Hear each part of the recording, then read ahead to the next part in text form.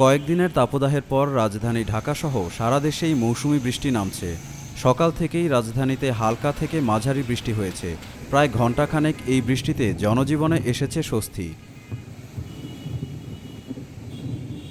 সোমবার সকাল 10টার পর থেকেই ঢাকার আকাশে মেঘ জমতে থাকে। এরপর 11টা নাগাদ বৃষ্টি নামে।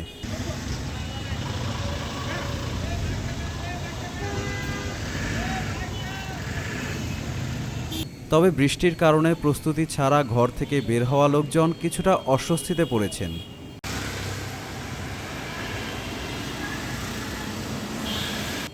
আজ সোমবার দুপুর 1টা পর্যন্ত দেশের অভ্যন্তরীণ নদীবন্দরগুলোর জন্য আবহাওয়ার পূর্বাভাসে বলা হয়েছে, রংপুর, রাজশাহী, দিনাজপুর, বগুড়া, টাঙ্গাইল, পাবনা, কুষ্টিয়া, ময়মনসিংহ, যশোর, খুলনা ও সিলেট অঞ্চলের ওপর দিয়ে পশ্চিম অথবা উত্তর পশ্চিম দিক থেকে ঘন্টায় 45 থেকে 60 কিলোমিটার বেগে অস্থায়ীভাবে দমকা হাওয়া অথবা ঝোড়ো হাওয়াসহ বৃষ্টি অথবা বজ্রসহ বৃষ্টি হতে পারে।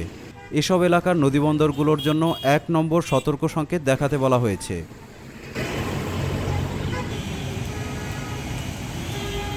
এদিকে সন্ধ্যা 6টা পর্যন্ত আবহাওয়ার পূর্বাভাসে বলা হয়েছে, ময়মনসিংহ, চট্টগ্রাম, সিলেট ও রংপুর বিভাগের অনেক জায়গায় এবং রাজশাহী, ঢাকা, খুলনা ও বরিশাল বিভাগের কিছু কিছু জায়গায় অস্থায়ীভাবে দমকা অথবা ঝোড়ো হাওয়াসহ বৃষ্টি অথবা বজ্রসহ বৃষ্টি হতে পারে।